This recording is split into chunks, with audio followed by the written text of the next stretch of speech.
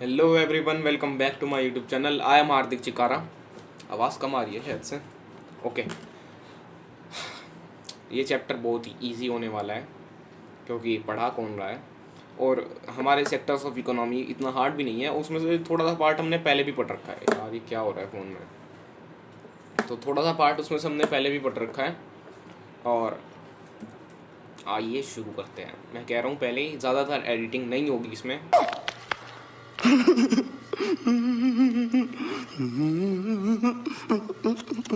Intro विंट्रो कुछ नहीं होगा, सीधा वीडियो स्टार्ट होगी, साइड में पीपीटी चलती रहेगी, ध्यान से देखना।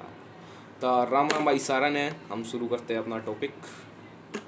Sectors of Indian economy. तो economic activities, the activities that are perform to make profit from the product are called economic activities.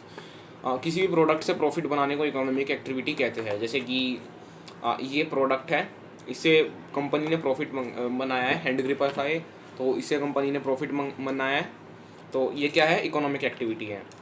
ठीक है, ये है इकोनॉमिक एक्टिविटीज़ का चार्ट कह सकते हैं हम। तीन बेसिस पे डिवाइडेड है: organization, economic activity and ownership. ठीक है, आगे बढ़ता है। Secondary sector, it includes those activities in which we change the product of nature into a new form. ठीक है, हम जब नेचर के प्रोडक्ट को एक न्यू फॉर्म में चेंज करते हैं, वो सेकेंडरी एक्टिविटी होता है। प्राइमरी क्या होता है, जो हम नेचर से रिसोर्सेज लेते हैं। ठीक है, नेचर से प्रोडक्ट ऑब्टेन करते हैं, when you obtain product from the nature it. और ये बात भी लिखेंगे इसमें, it is the base for other economic activities, other sectors. अब देखो, tertiary sector, it is the sector that helps the other sector to grow. Service sector है, service provide करेगा। जैसे कि डॉक्टर क्या करता है, आपको सर्विस प्रोवाइड करता है ना। ठीक है, आपको मतलब ठीक करेगा। और ये वो थोड़ा सा ओके, आगे आते हैं हम। अच्छा हाँ, जब बाकी दो सेक्टर्स ग्रो होता है तो टर्शरी सेक्टर भी ग्रो होगा। फॉर एग्जांपल, ये दो प्राइमरी और टर्शरी सेक्टर है, और अगर जो ये दोनों ग्रो हो रहे हैं तो इनके ऊपर टर्शरी सेक्टर रखा है, तो ये भी ग्रो होगा। ठीक है, कंपेयरिंग द थ्री सेक्टर्स, देखो रूरल एरियाज़ में 80% के आसपास 1993 में क्या करता था, प्राइमरी सेक्टर कंट्रीब्यूट करता था। और अबाउट 10% 12% प्राइमरी कह रहा हूँ, टर्शरी। प्राइमरी 80%, टर्शरी 12%, और बाकी का बचा हुआ सेकेंडरी। धीरे धीरे करके ग्राफ चेंज होता है। और ऐसे ही अर्बन एरियाज़ में पहले से ही प्राइमरी कम था और टर्शरी ज़्यादा था, और टर्शरी टाइम के साथ साथ अर्बन एरियाज़ में और बढ़ता चला जाता है। आगे देखते हैं, how to calculate how much goods and services are produced in three sectors. तो आंसर है जीडीपी। जीडीपी से हमें पता लग जाएगा कि किस सेक्टर में कितना प्रोडक्शन हुआ है। Let us see through example. A farmer sell for a wheat for 20 rupees per kg to a flour company. Flour ये ज़मीन वाला फ्लोर नहीं। और flour company sell the biscuit company the same wheat for 30 rupees. ठीक है, मैदा बना के उसे 30 रुपये में बेचा, और हमें बिस्किट कंपनी ने बिस्किट बेचा 50 रुपये में। ठीक है, अब हम दुकानदार को 50 रुपये ही तो देंगे। ये तो नहीं है कि पहले लो जी 20 रुपये किसान के, 30 रुपये फिर ये कंपनी के, और बाकी बचे हुए 50 रुपये बिस्किट के। आगे बढ़ते हैं। इसी खूबसूरत सी शक्ल को लेकर आप भी हमारे साथ वीडियो के एंड तक बने रहिए। Rising importance of tertiary sector. तो इम्पोर्टेंस ऑफ टर्शरी सेक्टर, हाँ ऊपर को नहीं होता के टूट गया के, सॉरी आई थिंक हमारी लाइटनिंग टूट चुकी है। Wait a minute. ओके, हमने अपनी लाइट को एडजस्ट कर दिया। ये पता नहीं यार कि एकदम से क्या हुआ इसमें। Okay, the rising importance of tertiary sector over 40 years while the production is increased in all three sector but the highest in tertiary sector। तो टर्शरी सेक्टर में सबसे ज़्यादा प्रोडक्शन हुआ है, मतलब हम कह सकते हैं जीडीपी में टर्शरी सेक्टर ने सबसे ज़्यादा कंट्रीब्यूट करा है ओवर द पास्ट 40 इयर्स। ठीक है, आगे हम देख सकते हैं ये 1973 में 40% जीडीपी प्राइमरी की, 47 टर्शरी की, और 13 सेकेंडरी की। और वैसे ही हो जाता है 19 secondary, 14 primary and 67 in tertiary in 2013 and 14।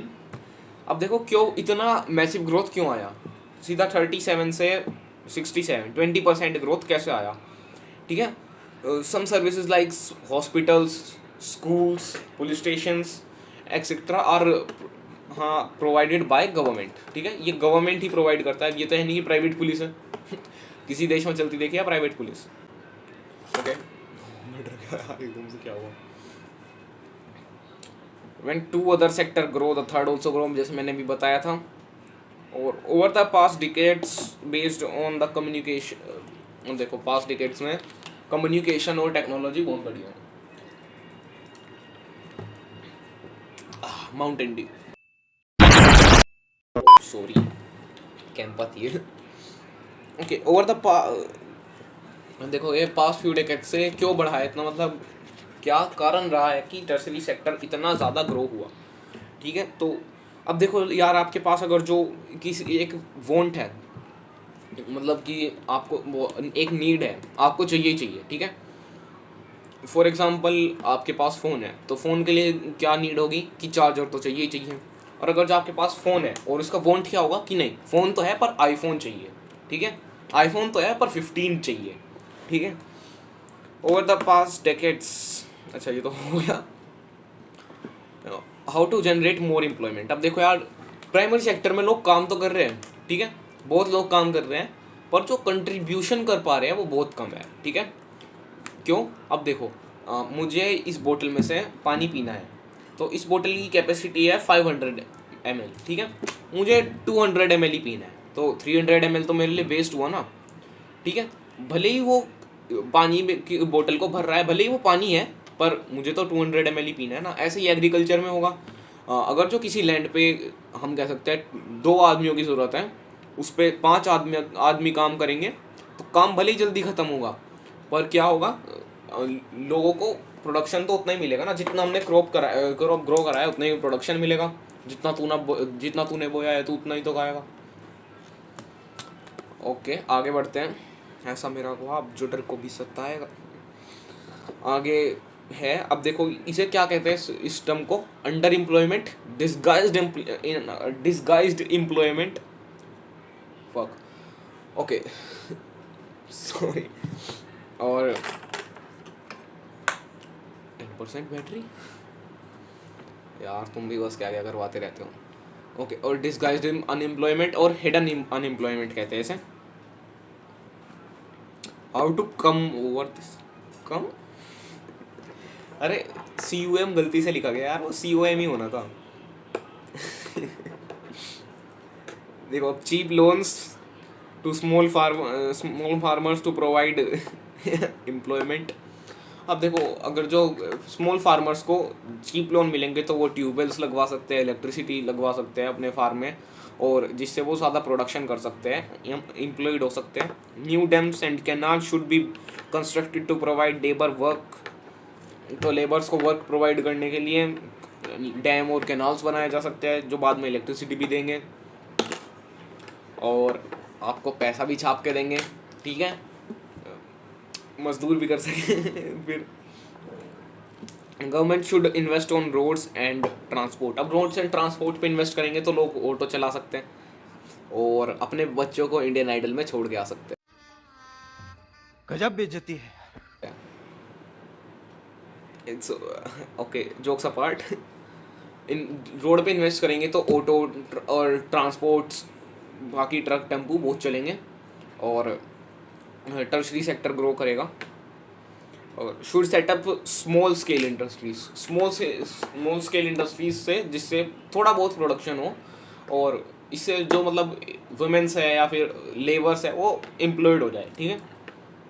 और गवर्नमेंट के पास भी अच्छा खासा टैक्स आ जाए जिससे गवर्नमेंट कह सके ये देखो गाइस पैसा गरीब लोग अपना पेट भर ले, सॉरी ओके। मनरेगा, तो ये क्या था, लॉन्च इन, ये एक प्रोग्राम था Mahatma Gandhi national rural employment guarantee act, ठीक है, फिर से बोलते हैं Mahatma Gandhi national rural employment guarantee act.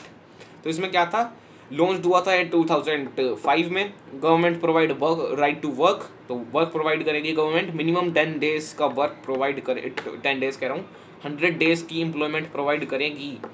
और ये 625 यानी कि 625 डिस्ट्रिक्ट में ये लॉन्च किया गया था।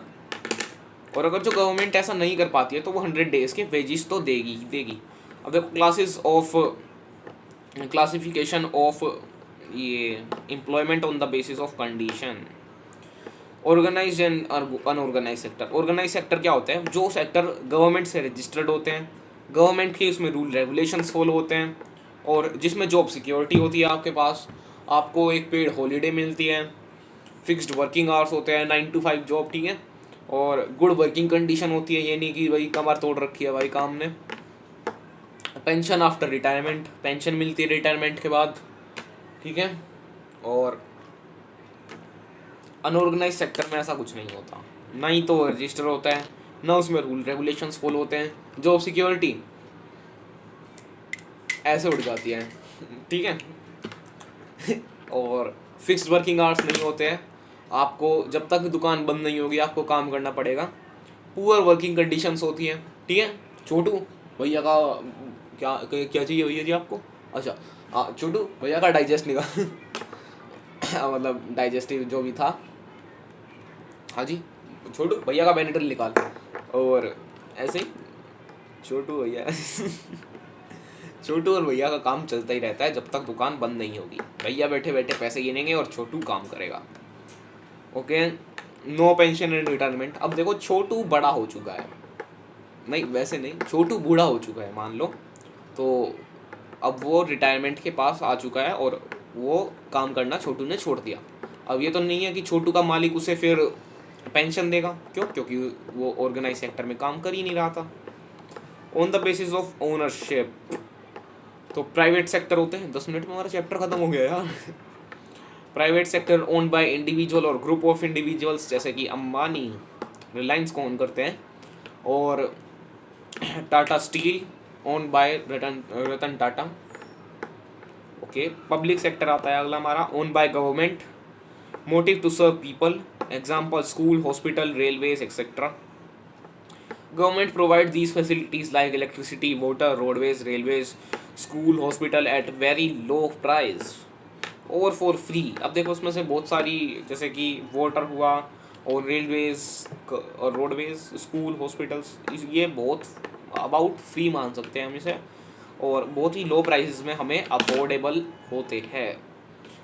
The tax that takes the government takes from us is used for this work, ठीक है, क्योंकि गवर्नमेंट हमसे टैक्स लेती है तो वही रिस्पॉन्सिबल है हमें ये सर्विसेज प्रोवाइड कराने के लिए। Chapter done. तो ठीक है भाई, चैप्टर खत्म हो चुका है। खत्म, बाय बाय, टाटा, गुड बाय, गया। तो हर हर महादेव बोल कर हमने चैप्टर खत्म कर दिया। अब हम देंगे आपको लास्ट में एक एडवाइस। अगर जो आपका भी मेरी तरह कल को पेपर है, देखा आपने लापरवाही का नतीजा है। सॉरी स्पॉइलर, ओके, अगर जो आपका भी कल को मेरी तरह पेपर है तो एक बार एनसीईआरटी से और पढ़ लेना। और अगर जो आप एनसीईआरटी से प्रैक्टिस कर रहे हो क्वेश्चंस की, भाई अभी बंद कर दो, ठीक है। क्वेश्चंस की अगर जो आप एनसीईआरटी में से ढूंढ ढूंढ के कर रहे हो, एक लाइन देखी और क्वेश्चन बना लिया उसका, तो वो अलग बात है।